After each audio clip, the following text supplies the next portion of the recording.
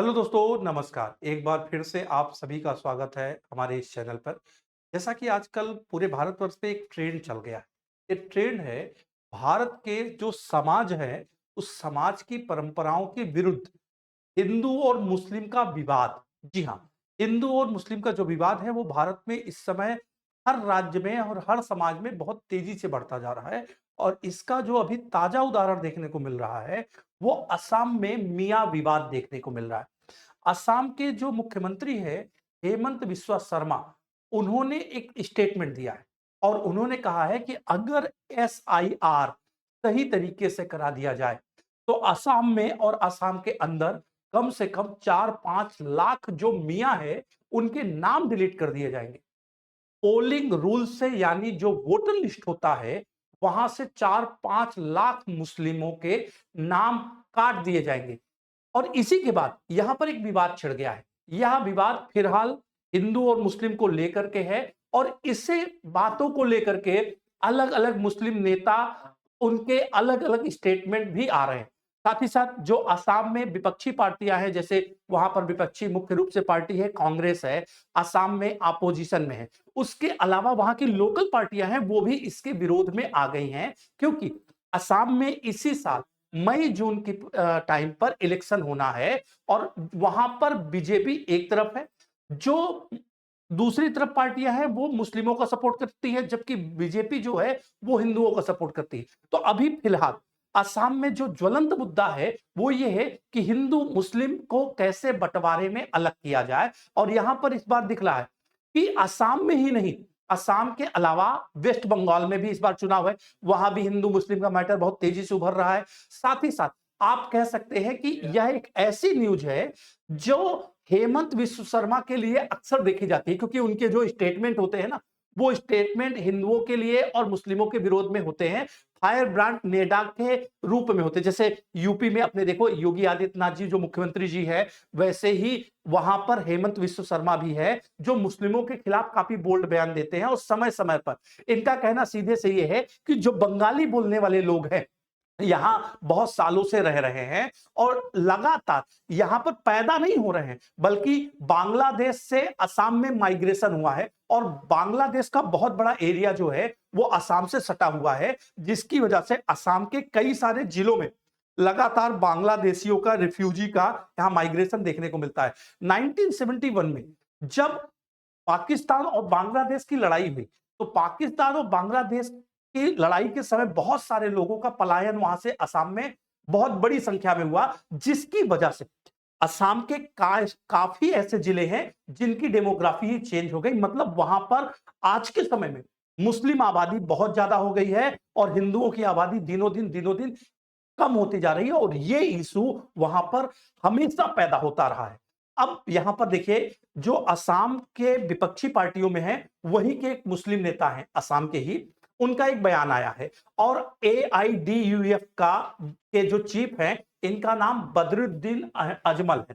ठीक है, इनका नाम बदरुद्दीन अजमल है। बदरुद्दीन अजमल का एक स्टेटमेंट आया है कि मियां विल रूल द वर्ल्ड। मियां विल रूल द वर्ल्ड कहने का मतलब यह है कि मुस्लिम वो है जो एक दिन पूरी दुनिया पर राज करेंगे। और सीधी सीधी ये बात हिंदू और मुस्लिम को लेकर लगातार टकराव की स्थितियां बनाती जा रही हैं। और इसके बाद एक बयान जो है ना, इसके बाद एक बयान आपके यूपी से भी देखा गया। जी हाँ, एक बयान यूपी से भी देखा गया। यूपी में जो संभल के आसपास के रहने वाले लोग हैं, वहीं पर एक लोग हैं ममलूक रहमान बर्ग, उनका स्टेटमेंट आया है। उन्होंने क्या कहा? उन्होंने कहा कि असम के जो सीएम हैं, उनका जो बयान है ना, वो मुस्लिमों के प्रति नफरत फैलाने वाला है और हिंदुस्तान किसी के बाप की नहीं है और सत्ता के लिए वोट बैंक और की राजनीति ना करें तो ही बेहतर है। मतलब सीधे सीधे धमकी भरे लहजों में उन्होंने भी सीएम हेमंत विश्व शर्मा को कहा। साथ ही साथ देखा जाए, इसका प्रभाव केवल असम बंगाल में नहीं पड़ रहा है, इसका प्रभाव कहीं ना कहीं यूपी में भी पड़ रहा है। क्यों? क्योंकि यूपी में भी 2027 में इलेक्शन है, असम में इसी साल इलेक्शन है, पश्चिम बंगाल में इसी साल इलेक्शन है, यूपी में 2027 में इलेक्शन है। तो उम्मीद ये किया जा रहा है कि अगर ऐसी ही दशा दिशा रही तो क्या हिंदू और मुस्लिम जो अलग अलग ध्रुवों में बढ़ते जा रहे हैं वो कहीं दंगे का रूप ना ले लें। इस बात को भी ध्यान रखना पड़ेगा। साथ ही साथ हेमंत विश्व शर्मा को कांग्रेस पार्टी से भी जवाब मिल रहा है। कांग्रेस पार्टी के यहां पर एक लीडर हैं गौरव गोगोई, जो असम के ही रहने वाले हैं, उन्होंने भी कहा है, उन्होंने सीधे सीधे कहा गया कि हेमंत विश्व शर्मा हिंदू जिन्ना है। जी हां, सीधे सीधे ये बात कही गई कि हेमंत विश्व शर्मा जो है वो हिंदू जिन्ना है। हिंदू जिन्ना का मतलब जिन्ना वो है जिन्होंने पाकिस्तान को बनवाया और भारत का विभाजन किया। उसी तरीके से वर्तमान समय में ये कहा जा रहा है कि हेमंत विश्व शर्मा ने जो बोला है वह हिंदू राष्ट्र को बांटने के लिए है, हिंदुओं का बंटवारा करने के लिए है, हिंदुओं के अलग राष्ट्र की मांग करने के लिए है। जैसे पाकिस्तान का बंटवारा जिन्ना ने किया, वैसे ही फिर से हिंदुस्तान का बंटवारा हेमंत विश्व शर्मा करने जा रहे हैं और हिंदुओं को तोड़ने के लिए, ये राजनीति करने के लिए ये स्टेटमेंट जारी किया जा रहा है। अब इसमें देखो, इसमें दोनों की बेइज्जती हो रही है, हिंदू और मुस्लिम दोनों की बेइज्जती हो रही है, जिन्ना की भी बेइज्जती हो रही है और सीधे सीधे आप ये कह सकते हो कि ये बेइज्जती कहीं ना कहीं हेमंत विश्व शर्मा की भी है, जिन्होंने इतना सारा बवाल उनके स्टेटमेंट में मचा रखा। अगर असम के पॉपुलेशन की बात करें तो एक बात तो तय है कि 2011 से लेकर के 2021 में असम में जो मुस्लिमों की पॉपुलेशन है ना, वो बहुत तेजी से बढ़ी। आप यहां देख सकते हो 2011 की जो जनसंख्या थी उसमें मुस्लिम पॉपुलेशन 34% थे और हिंदू पॉपुलेशन लगभग 61% थी 2011 में। लेकिन 10 ही साल में ये आंकड़े बहुत तेजी से बढ़ गए। अभी की कंडीशन में आप देखोगे तो मुस्लिम पॉपुलेशन जब लगभग 30% बढ़ गई है और जबकि हिंदुओं की पॉपुलेशन में जो वृद्धि हुई ना, जो ग्रोथ हुए, वो केवल और केवल 10% के आसपास है। यह बहुत बड़ी प्रॉब्लम है जो असम में खड़ी रही है। खासतौर से हिंदुओं की जनसंख्या उतनी तेजी से नहीं बढ़ रही है जितनी तेजी से मुस्लिमों की जनसंख्या बढ़ रही है। और सबसे बड़ी बात, एक प्रॉब्लम और है, ये जितने मुस्लिमों की जनसंख्या बढ़ रही है, ये मुस्लिम यहां पैदा नहीं हुए हैं, इनके खानदान यहां नहीं रह रहे हैं, बल्कि ये माइग्रेशन के वजह से यहां पर इनकी संख्या बढ़ती जा रही है। और यही कंडीशन वेस्ट बंगाल, पश्चिम बंगाल में भी हो रही है। और खासतौर से ये दोनों जगह, दोनों राज्य, चाहे असम हो या वेस्ट बंगाल हो, यहां पर जो माइग्रेशन हो रहा है वो बांग्लादेश से हो रहा है और बांग्लादेशी ही यहां पर बहुत ज्यादा आकर के मुस्लिमों की पॉपुलेशन बढ़ा रहे हैं। इसीलिए ये कहा जा रहा है कि धीरे धीरे अगर यही पॉपुलेशन ऐसी बढ़ती रही और 10% और बढ़ गई तो मतलब एक दिन होगा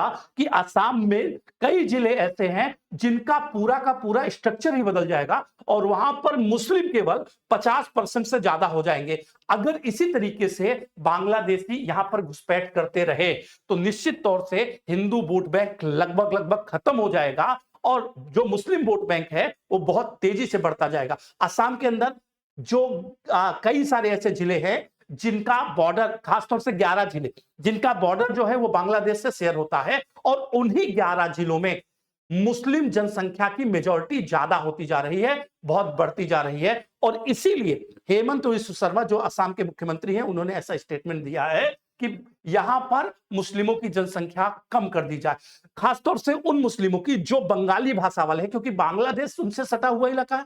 बांग्लादेश से जो माइग्रेन होकर यहां आ रहे हैं उनको बंगाली ज्यादा आती है और इसीलिए ये सारी दिक्कतें हैं। और एसआईआर में इसीलिए ये कहा गया कि अगर सही तरीके से यहां एसआईआर हो जाए तो एसआईआर में चुनाव से पहले वोटर लिस्ट जो होती है उसे एसआईआर कहा जाता है, उसमें स्क्रूटनी की जाती है, यानी उन लोगों को मिलाया जाता है कितने लोग यहां से शिफ्ट हो गए, कितने लोग मर गए, कितने लोग कहीं और चले गए, वगैरह वगैरह चीजें। इनके बाद जो वोटर लिस्ट तैयार होती है वो वहां पर चल रही है और यही चीज अभी यूपी में भी चल रहा है, आप देख सकते हो यूपी में भी चल रहा है, इसी तरीके से असम में भी होगा, इसी तरीके से और पश्चिम बंगाल में भी हो रहा है। इसीलिए बवाल मचा है हिंदी और मुस्लिम का।